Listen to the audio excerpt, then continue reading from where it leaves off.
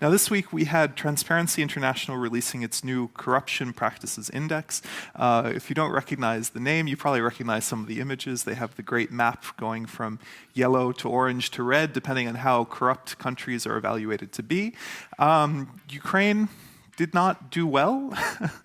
Ukraine was ranked 130th, so technically they had gone up 12 spots from where they were previously, but in the actual ranking they had only gone up 1 point. Now this places Ukraine not in a great position compared to its geographic neighbors, and it places it with countries like Nicaragua, Iran, Cameroon, countries not known for their openness or really for fighting corruption. The reason why that's somewhat disappointing for many Ukrainians, and there's been a lot of coverage of this issue, and in particular this report this week, is because this is supposed to have been the few years of a big push against corruption, of trying to achieve something of, bringing the promises of Maidan home and making something happen. And that doesn't seem to have been there. Now, obviously, it's hard to take just one measure in order to evaluate that, but it's a key one, and it's an important one, and it's a visual one with these colors that affects everyone's life. Now, we're fortunate enough to have one of the people who is involved with this study here in the studio right now. We have Andiry Marusiv, who's the head of the board of directors of Transparency International. Hello. Thank you so much for joining us. Thank you. So, this is a rating of Ukraine. How bad is it? No, actually, it is very bad, as we say in Transparency International. If the country scores less than 30 points out of 100 points, it's just like a board of national shame, And we've got. If we would look into all post-Soviet countries, that actually the only exceptions are Baltic countries and Georgia, who are scoring far higher than Ukraine, than Russia, than Turkmenistan, Uzbekistan, etc., etc.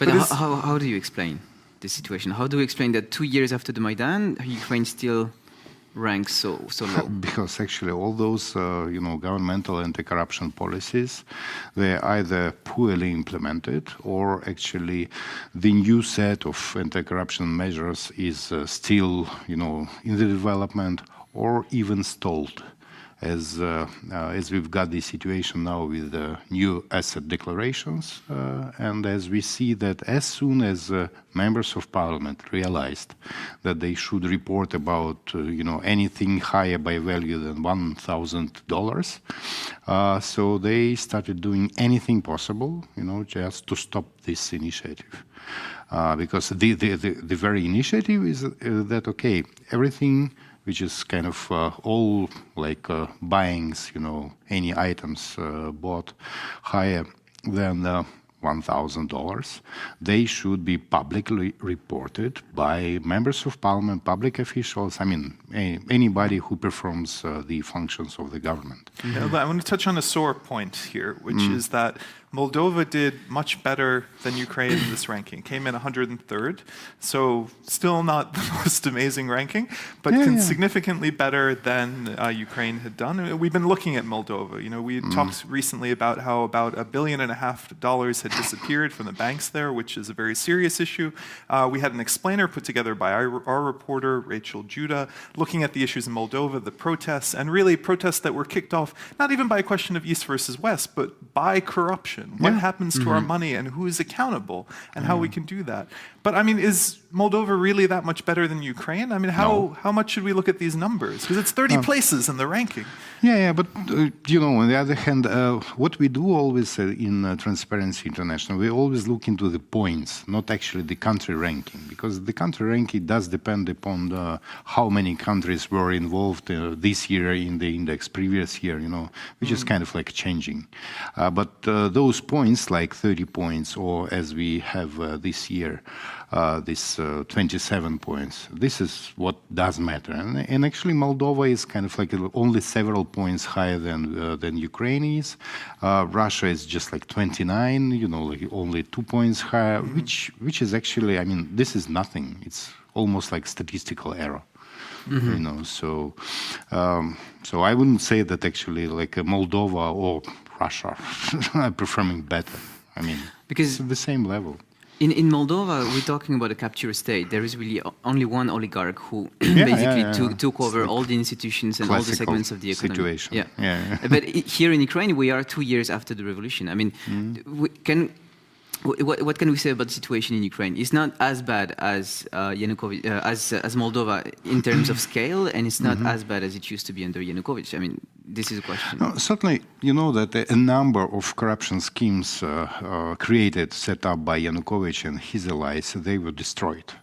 And actually, what we are lucky and happy very much is that all those schemes which were connected to the gas import from Russia, they were destroyed, you know, and like immediately after Euromaidan, it's been the kind of like the signal for like EU and for US when Naftogaz Ukraine decided, okay, we will not have the intermediary, you know, between like Russian Gazprom and actually Naftogaz. Because that intermediary was actually corruption intermediary during Tymoshenko, Yushchenko, whoever, Kuchma, you know, Yanukovych. Well, it seemed to be the path to quick money, where, you know, I would be an intermediary and I would give Russians a kickback for them sending the gas, and I would keep some for myself, with most of the price being passed on to the people actually buying the gas, to the taxpayer who is subsidizing it, and to the individual consumer. I want to ask one question, though. You mentioned that when we look at the former Soviet Union, there's not a huge gap between Russia and Ukraine, or looking at Central Asia. There is a gap when we look at Georgia and we look at the Baltic states. Why? What can be done? Because in Ukraine, you know, this is supposed to be the time when they're trying to do things, but it doesn't seem to be showing results.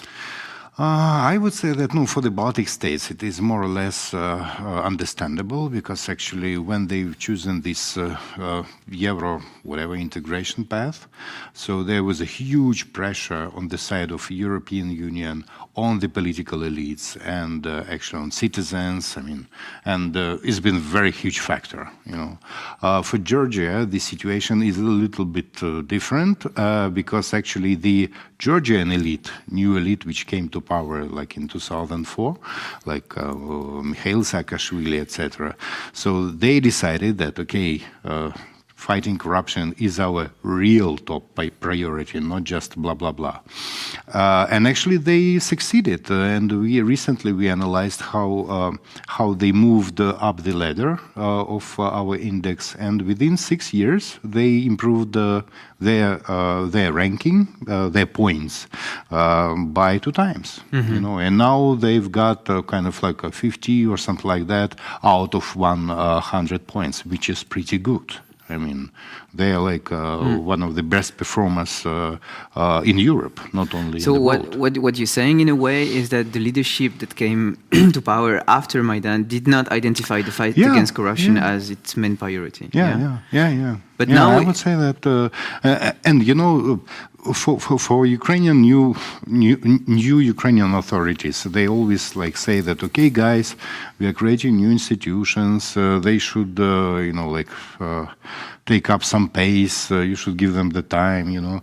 But the situation with these asset declarations, you know, and with the anti-corruption agency, which would run the web portal with asset declarations, is a clear sign that as soon as they realize that, okay, something is going out of their control, you know, and that anybody in the country can just check their asset declaration and then ask, okay, you are going into the parliament with the like Louis Vuitton whatever, this bag value of which like several thousand you know, dollars, and you do not declare it in your asset declaration, okay, come here and just explain.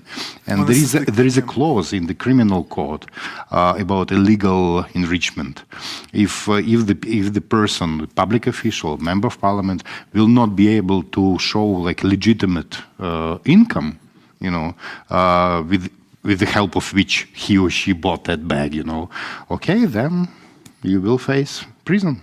That's the issue of accountability. 2 years. Yeah. All right. Well, I think we have to end it there, but thank you so much for joining us. Just to reiterate, we've had Andiry Marusiv, head of the Board of Directors of Transparency International Ukraine, here in the studio. Yeah.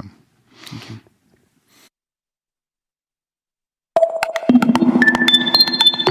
you.